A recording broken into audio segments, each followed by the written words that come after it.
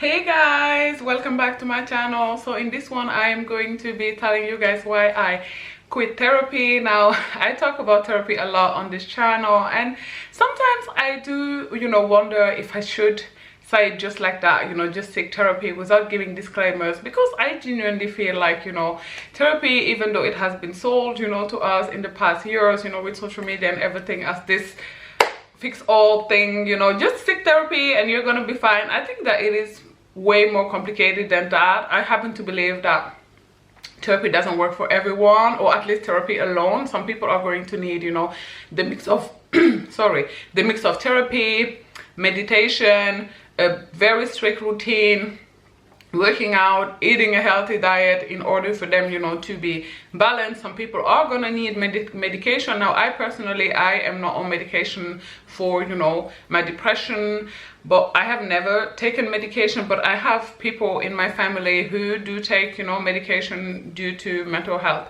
problems, people whom I herited, that's not the word, I herited rather sorry, that disorder from, and that is going to be different from people to people. I am not against medication. I personally feel like I can manage my depression, with a morning routine, a solid one that I'm going to share with you in the next few days or weeks.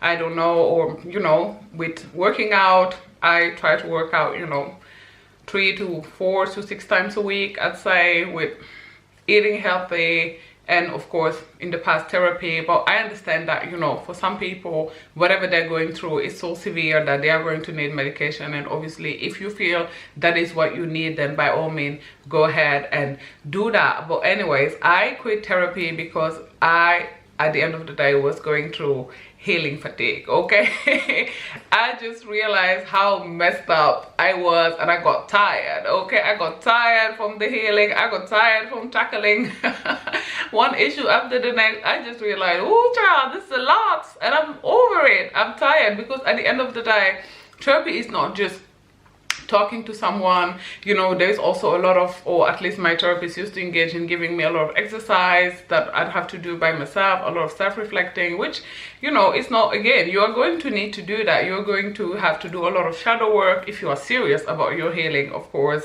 it's not going to be like, oh, just tell someone, trauma dump on someone, just tell someone your trauma and then woohoo, you're healed. Like, I don't even believe that there is such a place as heal. I believe that we, as we're going, we're changing, and we're adjusting the best we can, the best we know how, with whatever it is we've been through. Each and every year will bring a different version of ourselves, and that version is going to have to deal with that traumatic event, or many traumatic events, if you have been through a lot, in the best way they know how. I don't think that there's ever a place that you get where you're like, oh, now I'm healed, I don't need to work on myself anymore. But I really wanted to say that for the people who believe that you can just vent to someone and be healed. Like, therapy is not, sis, that's not how therapy works. Okay, you are going to have to put in a lot of work. Now I personally, I had engaged in a lot of self-healing prior to therapy. I had done a lot of work, a lot of mirror work, a lot of shadow work, a lot of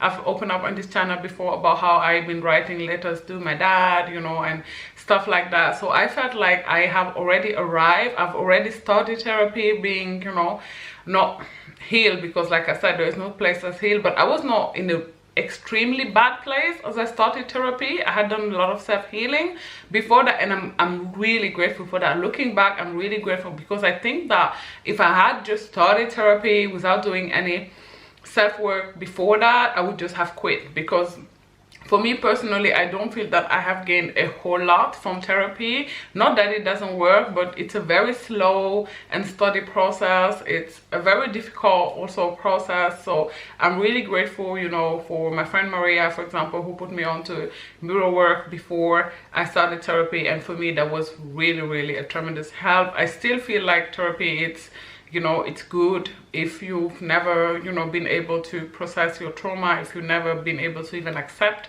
that, you've had any type of traumatic thing happen to you. I can still recommend it. I think that it does work for some people, unfortunately not for all.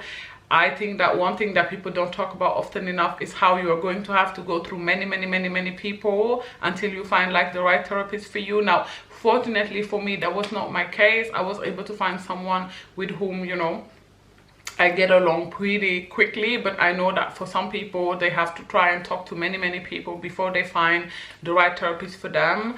Another tip I guess I can give is that try to look for someone who is similar to you. If you're a marginalized identity, I feel this is really important. I know that my therapist is a dark-skinned, falsy hair having and wearing, okay, black woman. I think if you're trans, perhaps it's going to be important to look for a therapist that is also trans or have a history of working with people like you in order to be able to understand you best. I know that some people say, oh, a therapist is a therapist, and you know, for some people, I know that some black women are talking to white male and that they're finding satisfaction in that.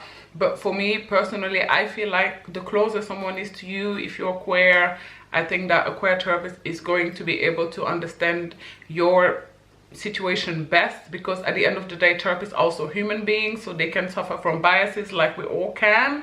So talking to someone who, when you are a marginalized identity who is not, I feel it can be risky. No, it's not by force now that it is risky, but it can be risky, okay? But yeah, long story short, I quit therapy because I am messed up, okay? I am not a well-rounded individual at all, and I was tired, okay, from healing all the mess that is going on in my brain. I'm engaging, you know, in self-healing, you know, I said before, working out, eating healthy, meditating. Yeah, I guess guided meditation I like. I'm not really the type of person that like to meditate like in quiet with no sound at all. I have never reached thoughtlessness, and I'm an overthinker, and I don't think that I ever will, which is fine. I've accepted my fate. So yeah, this is the video I wanted to make about therapy, because I talk a lot about seeking therapy in my channel, so I thought it would be fair to, you know, bring in some clarifications and stuff like that, you know, tips, I guess, you know. Anyways, you guys, if you made it to the end of this video, which is just a bunch of rambling really, I'm grateful and appreciative of you. Please do not forget to like and comment, you know, let me know in the comment section down below. Have you seen therapy? Have you been to therapy? Are you planning on going to therapy? What are your thoughts on therapy? Do you believe in therapy? Okay, also subscribe to my channel because I upload videos every day, and you know, just for fun, we talk about, my god, about anything, about everything, about just whatever it is I feel like talking about that day, whatever it is going through my messy mind, my overthinking brain. Okay, you guys, I'm gonna go now. Bye, guys. Mwah.